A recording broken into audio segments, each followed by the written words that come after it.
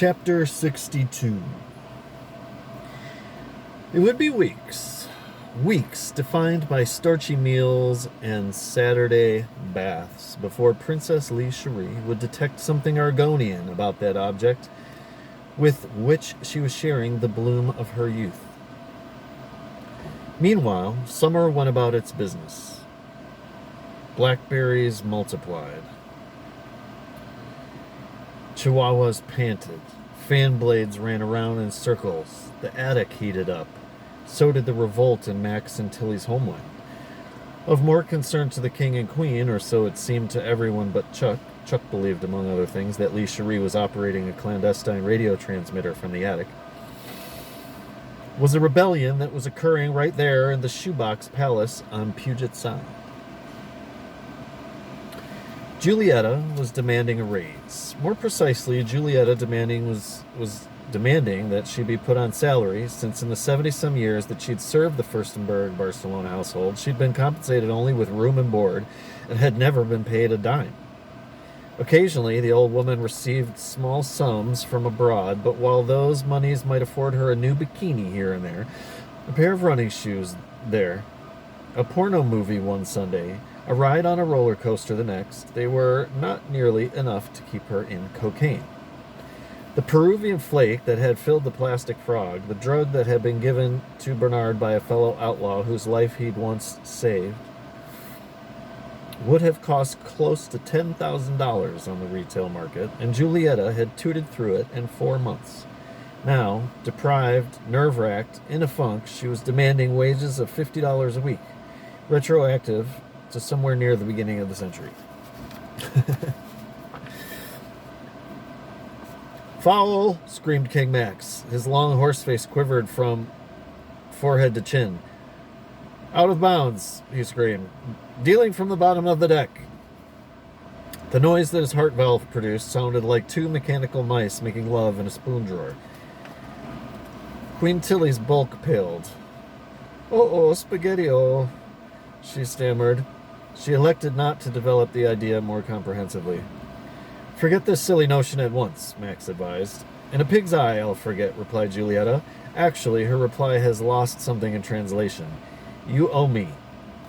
"Oh, spaghetti-o," said Tilly. The rattling of Max's heart drowned out the rest of her speech. "No pay, no work." "You're bluffing," said Max. "I'm on strike," said Julietta. "Oh, spaghetti-o," Tilly was about to declare in summary fashion. Then she saw that the others had guessed her thoughts. Chapter 63. News of the strike was a while reaching the attic. Downstairs, the place was in turmoil. It was worse than the time Julietta went to Maui. Dirty dishes piled up, dust balls rolled about freely, laundry fermented in the hamper, and the quality of meals plugged to 1.8 on the gourmet scale.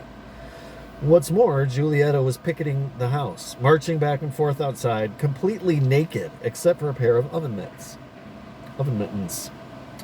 Thanks to the acres of blackberries, she could not be seen from the street, and her picket sign, composed in a language that made Serbo-Croatian seem as simple as Bozo-Cretan, was in no danger of being read by an ordinary passerby, but her protest parade upon that minuscule portion of the lawn that had not been usurped by brambles caused Max and Tilly extreme agitation. "After all these years," grumbled Max, "America has finally corrupted her." Tilly's constant comment hardly bears repeating. Up in the attic, however, there were only a few repercussions. Julietta continued to serve her young mistress, with whom she had no quarrel. In fact, having considerable extra time on her hands, Julietta, out of boredom as much as anything, began paying unscheduled visits to the attic, thereby totally screwing up the princess's clock. Once, the striking servant brought the prisoner a stack of magazines, including an issue of Arizona Detective, 2 issues each of Car and Driver, Fruit and Tarantula, and Pork and Trichinosis, a recent copy of Gentleman's Anus, and a dog-eared issue of a People's Magazine that featured a full-page photograph of the princess in balmier climes. lounging beneath the lippy leaves of a koa tree, her extraordinarily round breasts lending topographical grandeur to the flat cotton front of a Save the Whales t-shirt.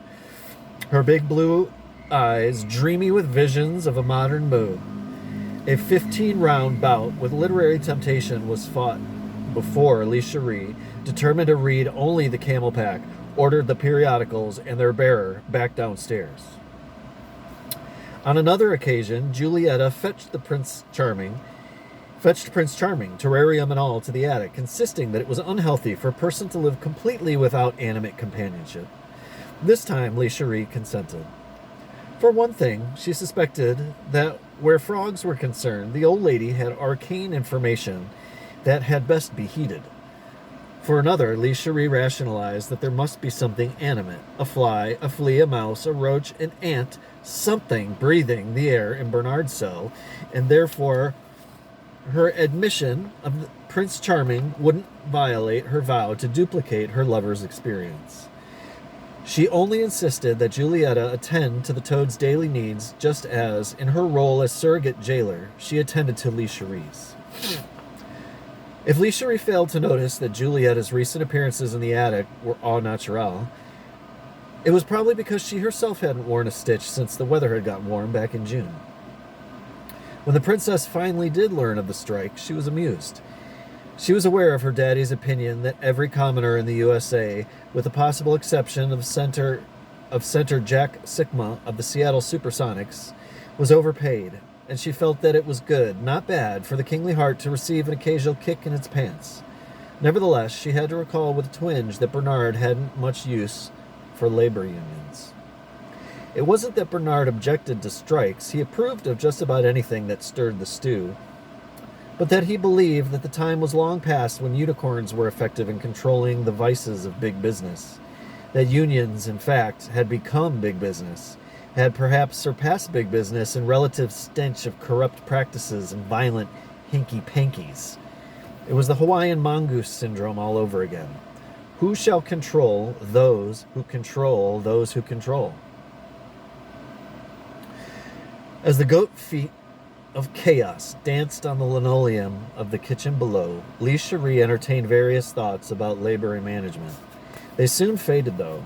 The striking crone and Prince Charming notwithstanding, her central focus was upon the Camel Pack, and the Camel Pack was leading her into the mysterious realm of the pyramids.